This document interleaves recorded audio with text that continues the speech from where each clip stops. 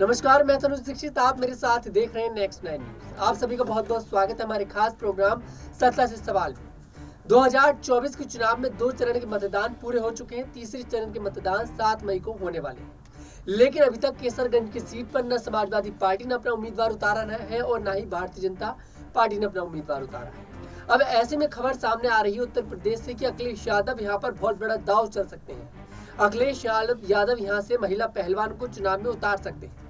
मतलब ब्रजभूषण का मुकाबला इस बार महिला पहलवान से हो सकता है। जी हाँ, केसरगंज सीट से अगर बीजेपी ब्रजभूषण शरण सिंह को चुनावी टिकट देती है तो अखिलेश यादव पीछे नहीं हटेंगे। वो भी इस बार महिला पहलवान को चुनावी मैदान में उतारने के लिए पूरी तरह से तैयार है। इन सभी सवालों पर चर्चा करेंगे कि आगे का दृश्य कैसा होने वाला है, कैसा मुकाबला होने वाला है। हमारे साथ स्टूडियो में मौजूद है अमन सर। बहुत बहुत स्वागत है आपका।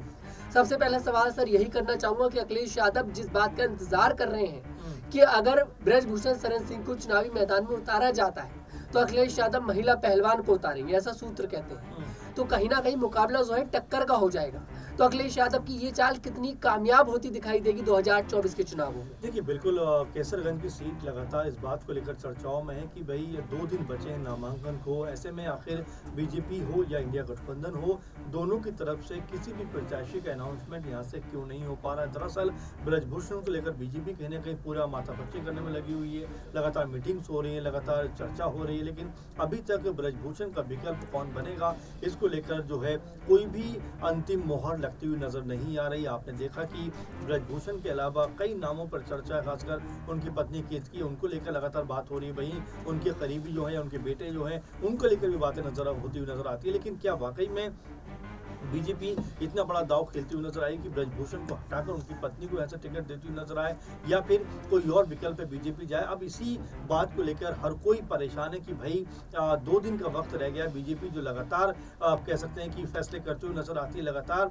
कह सकते हैं कि माहौल जो जिस तरह बना है उससे पहले ही फैसला कर लेती है। प्रत्याशियों के नामों का अनाउंसमेंट बहुत समय पहले उन्होंने कर दिया देखा जाता है। लेकिन केसरगंज की सीट ऐसी है कि नामांकन के आज 2 दिन बचे हैं, लेकिन उसके बावजूद भी वहां से कोई भी प्रत्याशी बीजेपी फिक्स नहीं कर पाती। वहीं अगर कांग्रेस पार्टी की बात करें या फिर सपा की बात करें, क्योंकि सपा के कह सकते हैं हक में ये सीट है, सपा के हिस्से में ये सीट आई है, तो यहाँ पर वो भी इस इंतजार में कि जैसे ही बीजेपी नाम फाइनल करती है तब वो कोई नाम यहाँ से पेश करते हुए नजर आ जाए। यानी कि पहला दाव जो है वो बीजेपी को खेलने का मौका कहीं ना कहीं सपा देना चाहती है। लेकिन बीजेपी भी लगातार मंथन कर रही है कि क्या ब्रजभूषण को टिकट देना उनके लिए उचित रहेगा। कहीं 7 तारीख को उनके ऊपर कोई बड़ा मामला ना, बड़ा फैसला ना आ जाए, इससे बीजेपी कहीं ना कहीं फंस जाए। इसीलिए बीजेपी हर चीज़ को लेकर सोच रही है। और साथ में जो खबर निकल कर सामने ये आ रही है कि सपा जो है जिस तरह से उनको लेकर चर्चाएं हैं कि यहाँ से किसी महिला पहलवान को वो टिकट पर लड़ा सकती है, जिन्होंने ब्रजभूषण के खिलाफ जंतर मंतर से लेकर तमाम जगह पर धरना प्रदर्शन किया। इसमें साक्षी मलिक का नाम निकल कर सामने आता है, विनेश फोगाट का भी नाम आता है। और क्या इन दोनों नामों में से कोई एक नाम यहाँ से फाइनल होता हुआ नजर आएगा अगर ब्रजभूषण यहाँ से चुनावी मैदान में उतरते हैं? तो अगर ब्रजभूषण नहीं भी उतरते हैं तब भी क्या सपा जो है महिला पहलवानों के ऊपर ही दाव लगाती हुई नजर आएगी? इसको लेकर सबकी निगाहें लगी हुई, क्योंकि जिस तरह के आरोप इन महिला पहलवानों ने लगाए थे ब्रजभूषण के ऊपर, कई तरह से उसकी कह सकते हैं आलोचना हो चुकी है। जिस तरह से ब्रजभूषण का अब तक का रुख रहा है उसको लेकर लगातार जमकर उन्हें खदेड़ा है।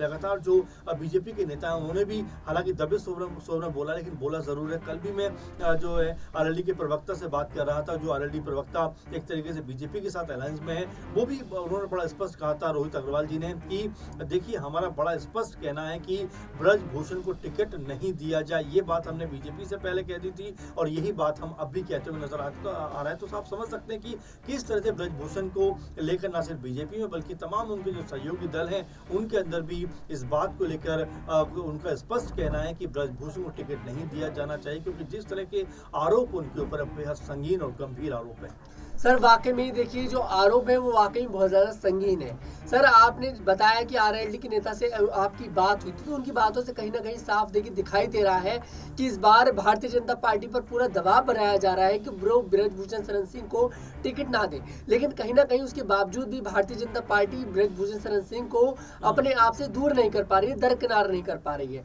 तो क्या ये राजपूत जो वोट बैंक है उस वोट बैंक को बटोरने के लिए सर बीजेपी इस बार फिर से कहीं ना कहीं ब्रजभूषण को टिकट दे सकती है या फिर उनकी पत्नी को चुनावी मैदान में उतार सकती है? देखिए, बिल्कुल अभी इसमें कोई ऐसी बात नहीं है जो नई बात हो, क्योंकि ब्रजभूषण जिस तरह से लगातार बीते कई सालों से कह सकते हैं कि उनके ऊपर जो आरोप लगे हैं उसका जो सामना करते हुए नजर आ रहा है, लेकिन फिर भी बीजेपी ने उनके खिलाफ कोई भी खड़ा एक्शन, कोई भी कड़ी कार्रवाई नहीं की है, जिससे भी तमाम लोग ये कहते हुए नजर आ रहे हैं कि भाई अगर इतने गंभीर आरोप लगे हैं, इतने संगीन आरोप लगे हैं, तो कम से कम ब्रजभूषण को पार्टी से बाहर का रास्ता दिखाना चाहिए।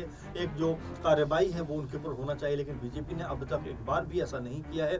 ये बात भी कहने की चर्चाओं में लगातार बनी हुई है। साथ में ये भी कहा जा रहा है कि बीजेपी को ये भी डर है कि अगर ब्रजभूषण शरण सिंह को वो टिकट नहीं देते हैं तो राजपूत समाज भी उनसे नाराज हो सकता है। हालांकि नाराजगी की खबरें तो पहले से ही चली आ रही हैं, तो यहाँ पर बीजेपी के लिए स्थिति बड़ी विकट होती हुई नजर आ रही है कि बीजेपी यहाँ पर करे तो करे क्या, ब्रजभूषण को टिकट देती है तो राजपूत समाज नाराज, नहीं देती है तो राजपूत समाज नाराज हो सकता है, अगर टिकट देती है तो जनता में एक नेगेटिव मैसेज जरूर जा सकता है। तो यहाँ पर बीजेपी के लिए मुश्किल यही है कि इस तरह से इससे पूरे के पूरे चीज़ों को कह सकते हैं मैनेज करती हुई नजर आए, क्योंकि आपने देखा है कि इतना इंतजार बीजेपी नहीं करवाती, इतना नज़दीक तक नहीं जाती बीजेपी, लेकिन जिस तरह से ब्रजभूषण के नाम पर अंतिम कह सकते हैं कि दिन तक भी मंथन चलने का जो लगभग अंदेशा लग रहा है, तो ऐसे में आप समझ सकते हैं कि जो ब्रजभूषण का दबदबा है कितना ज़्यादा, कितना बड़ा उनका हो रहा है कि अभी तक भी कोई उनके खिलाफ ना तो बोल पा रहा है ना कुछ कह पा रहा है, और अभी भी स्पष्ट नहीं है कि ब्रजभूषण ही प्रत्याशी बनेंगे या फिर बीजेपी उनका टिकट काटकर